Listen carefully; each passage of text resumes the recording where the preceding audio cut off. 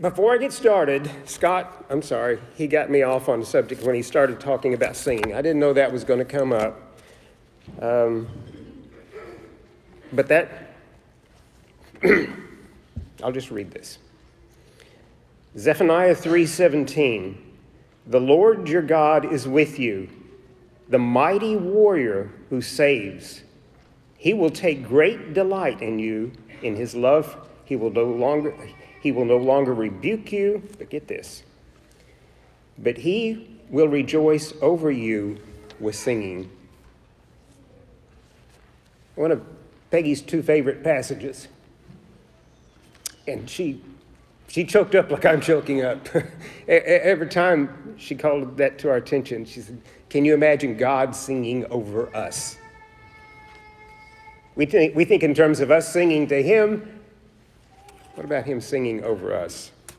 Actually, it kind of ties in with the lesson today because the lesson, if you've noticed on the bulletin, is titled Chosen. And so the question to you to start out with is, what do you think of when you hear the word chosen? Some of you probably think of I don't know if it's Netflix or whoever's running it, the series The Chosen. That's not what I'm talking about. I'm talking about the process of chosen, the chosen. What do you think of when you hear the word chosen? Do you think of maybe being chosen as Miss Congeniality? I could think of several down here in the youth section that would probably be up for that. Most likely too, I can think of several of the guys who would be questionable, most likely too. I won't mention anybody's name. But most likely too, Miss Congeniality, prom queen. Do you think of that? Prom king or prom queen. Do you think of team captain?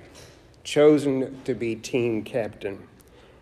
Some of you, not me, people's sexiest man alive. And you'll think of that, to be chosen for that.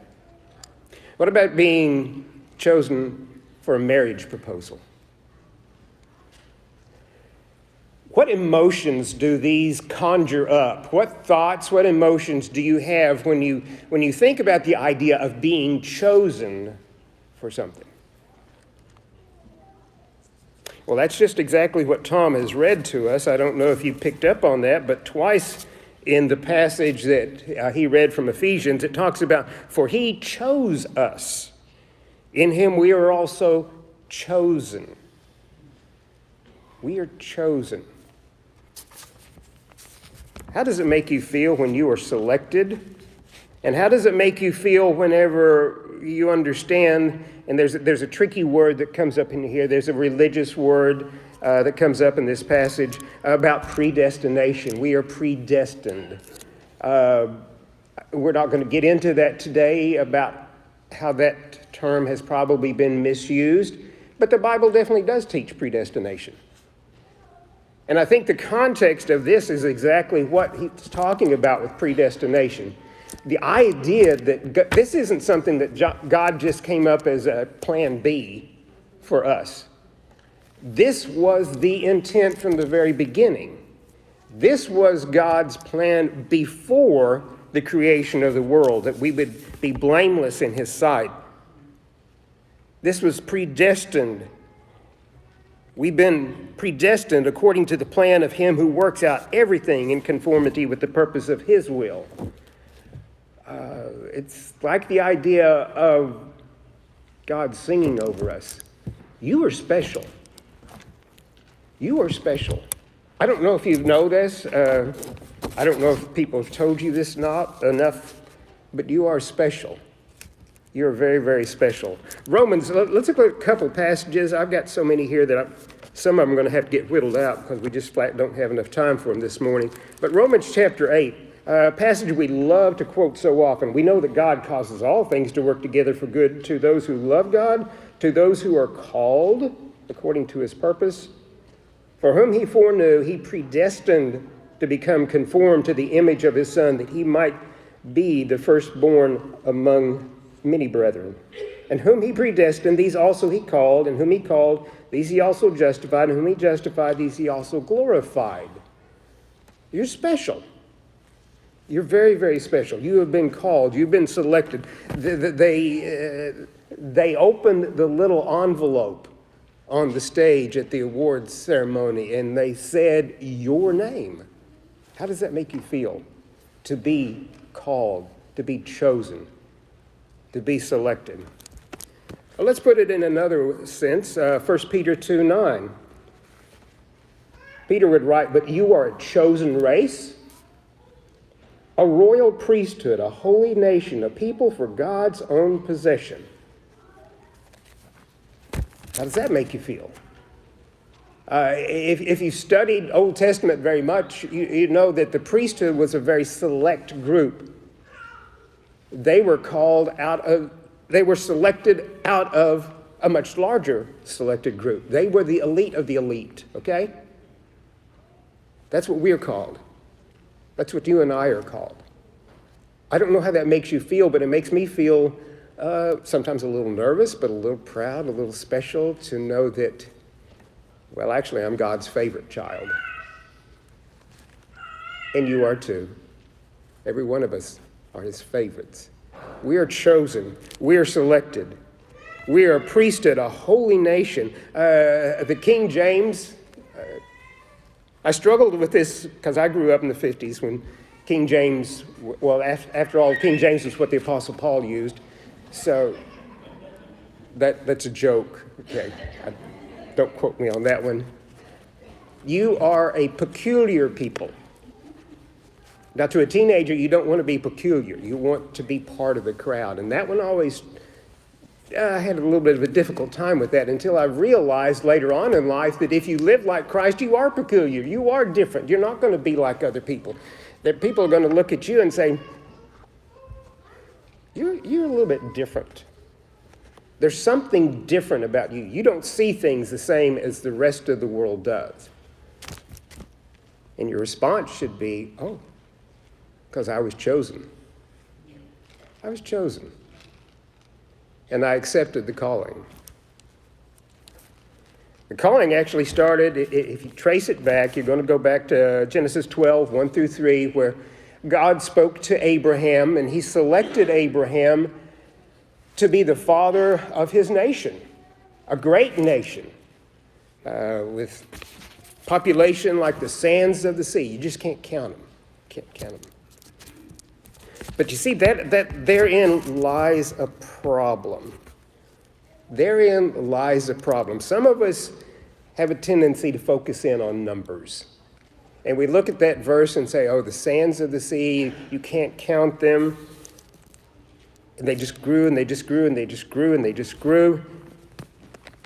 But if you go back to Deuteronomy chapter 7, and this is a critical verse, and we're going to stick there for just a few minutes. Deuteronomy chapter 7, verses 6 through 7, God says to the Israelites, you are a holy people to the Lord.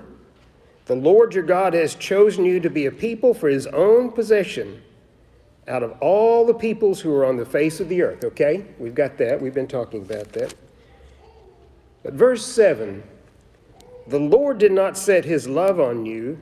It did not choose you because you were more in number than any other people, for you were the fewest of people.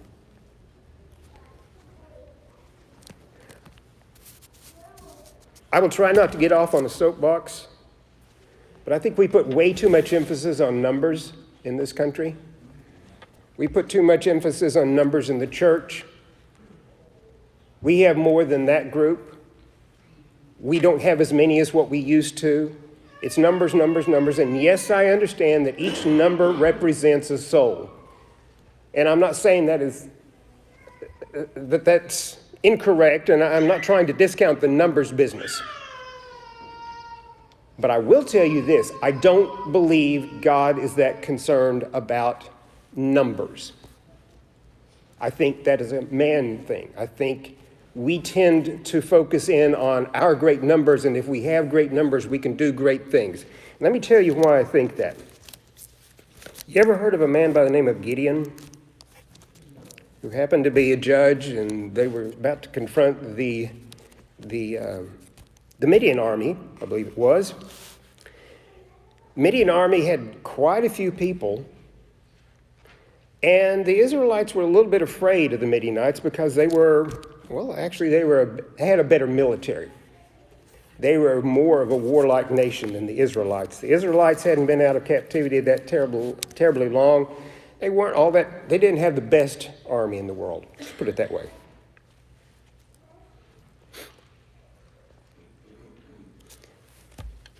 So when they go to battle with the Midianites, they look at these people who are well-trained and quite possibly outnumber them. And God speaks to Gideon, and says, you've got too many people. What? That's not something that you would expect to hear out of a great general. You've got too many people in your army. See, they started out with 32,000 Israelites to go up against the Midianites. And God says, no, that's too many. You need to cull that down. And so Gideon made the offer.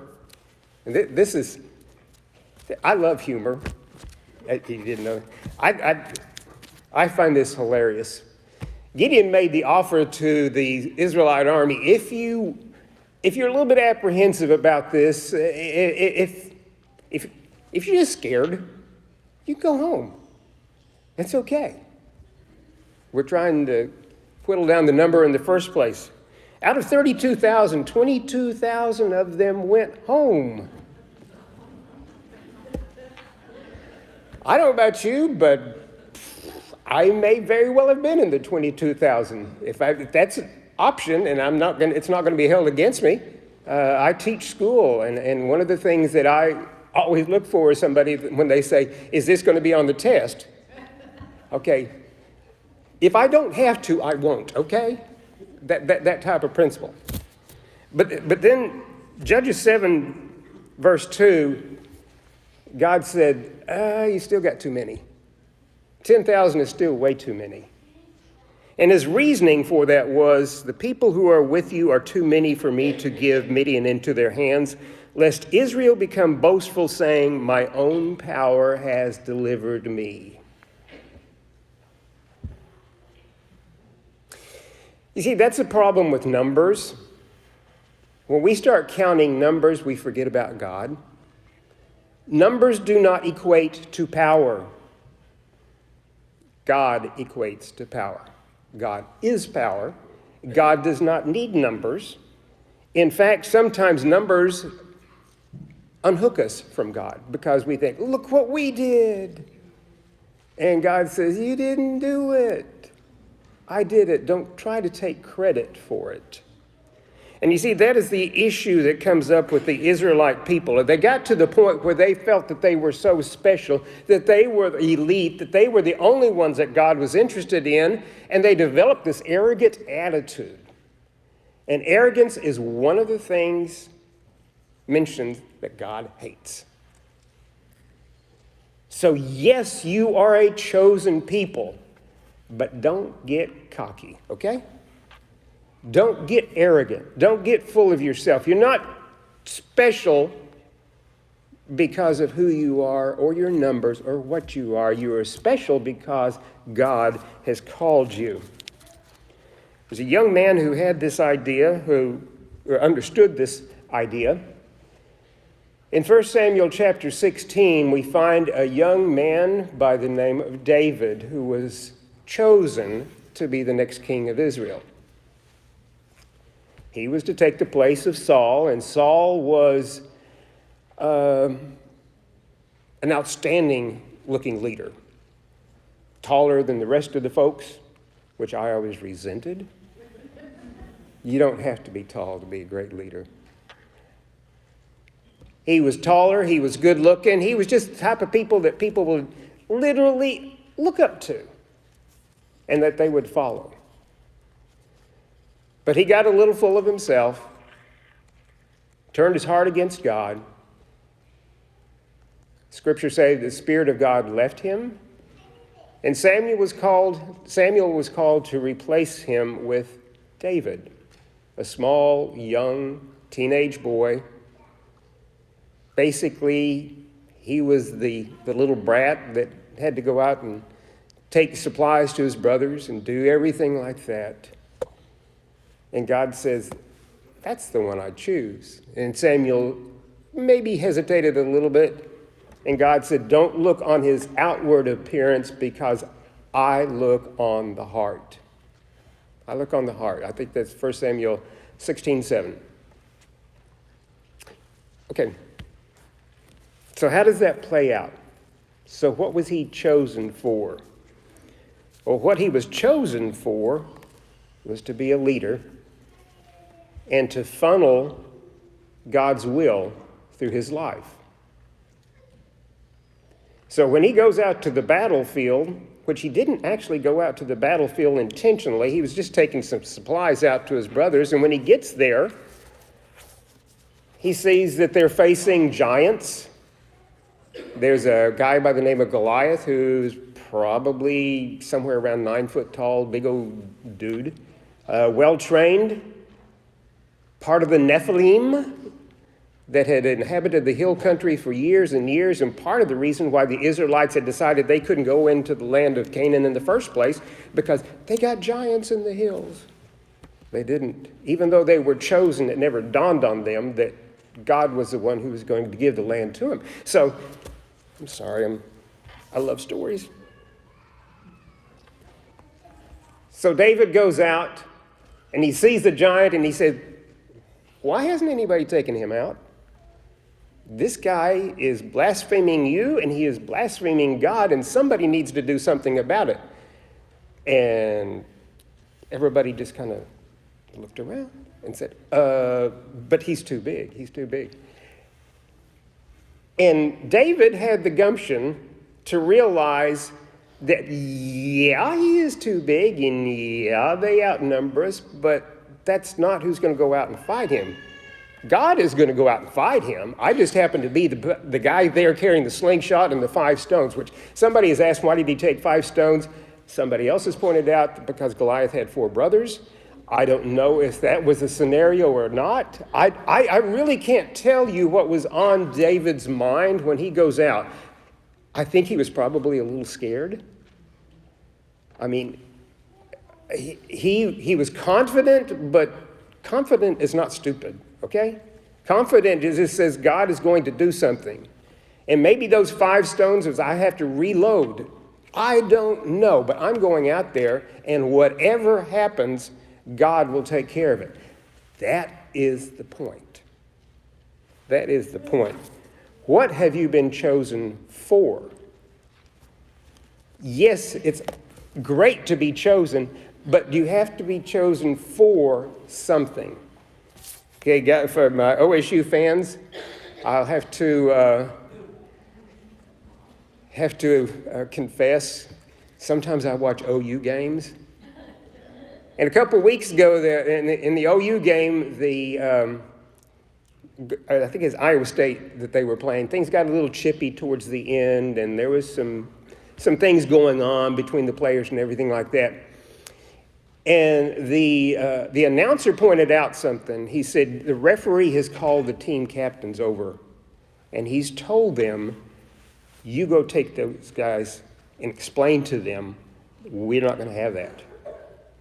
And the announcer pointed out, that's why they were chosen to be team leaders, is because people will listen to them. The team will listen to them. So ask yourself the question, number one, pat yourself on the back, however you want to do it, for being chosen because you are one of the elite. You are one of the elect. It'll come up later on.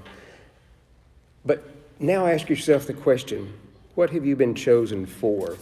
Let's go back to 1 Peter chapter 2, verse 9, the passage that we started out with early on. But you are a chosen race, a royal priesthood, a holy nation, a people for God's own possession, that you may proclaim the excellencies of him who has called you out of darkness into his marvelous light. That's your purpose. That's why you were called. Not because of your number, not because of your height, not because of anything about you, but because of his gracious will, he has called you to proclaim him, to proclaim the excellencies of him who has called you out of the darkness into his marvelous light. I am watching the clock. John chapter 15.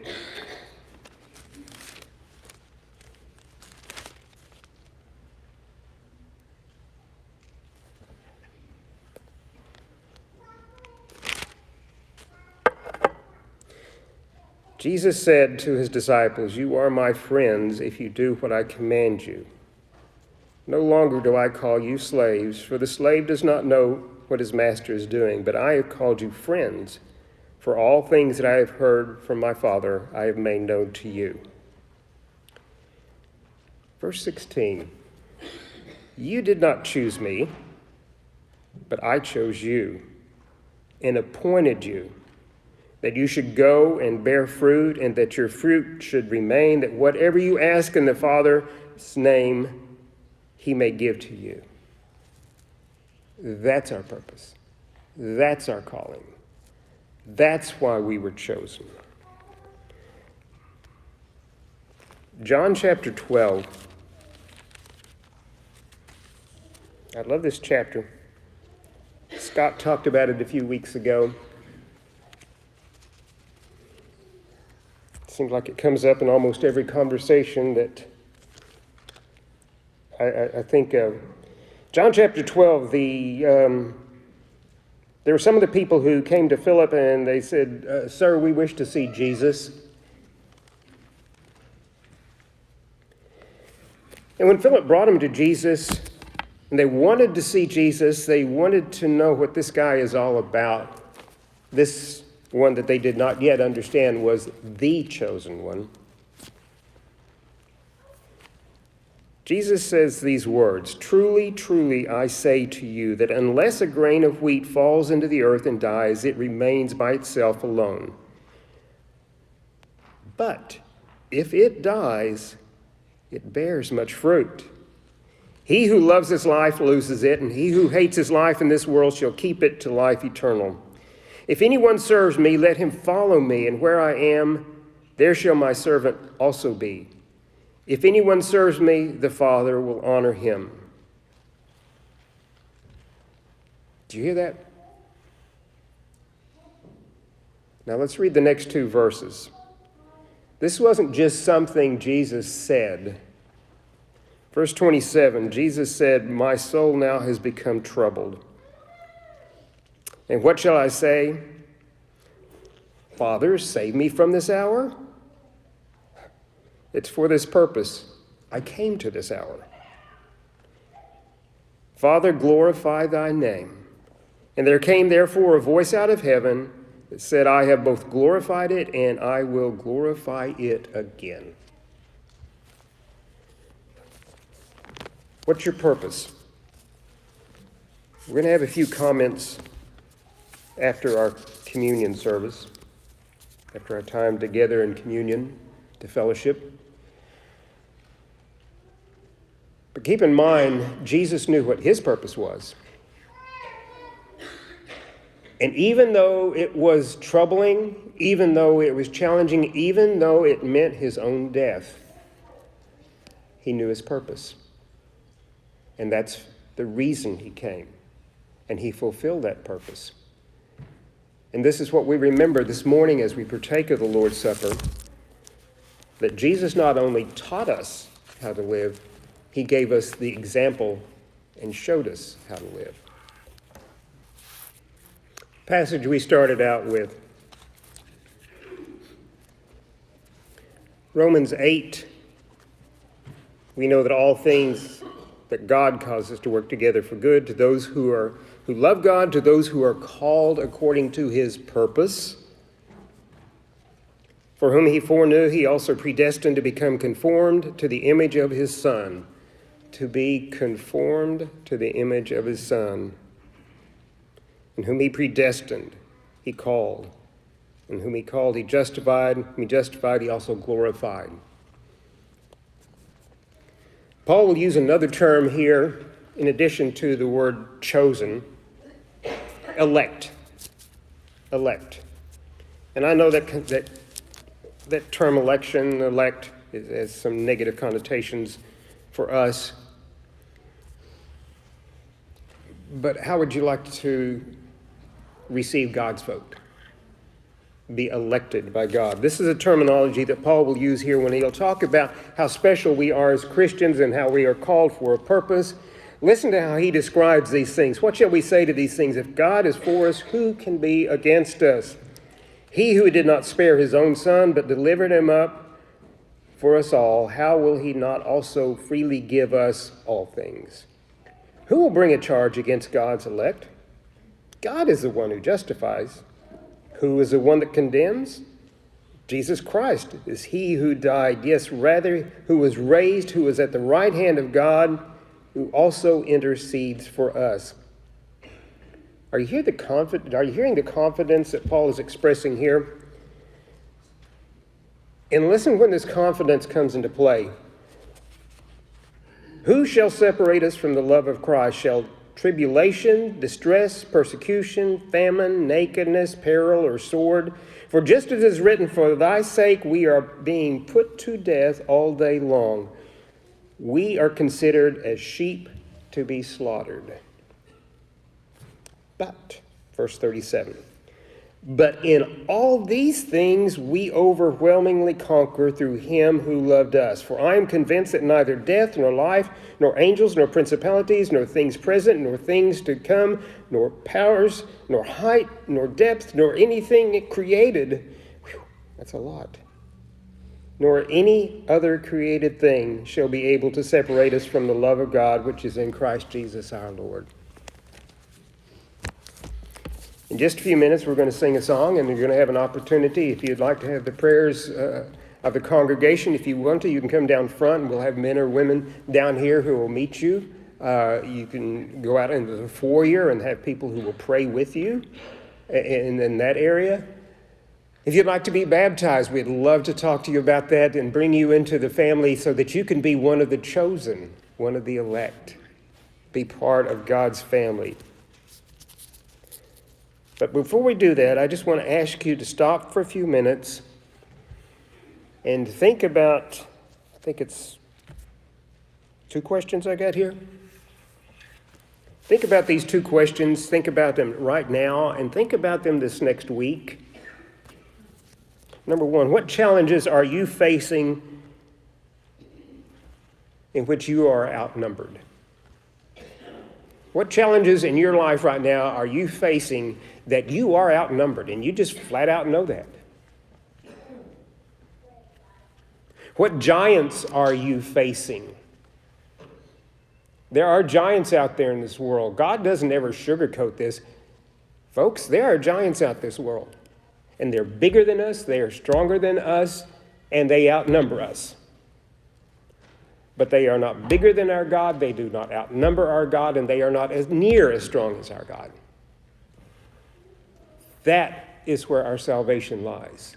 That's why we were chosen. That is our calling. That is our purpose. That is our goal, to walk out of here today and live our lives that says, I don't care what the world says or does. My God is more powerful. And it's going to look different on each one of us, but it is going to become apparent to those around about us. And I'll end with this comment, and we can have our closing song. What challenges are you facing that outnumber you? What giants are you facing? Go tackle them. Because God wouldn't have chosen you if he didn't think you could handle it. Let's stand and sing.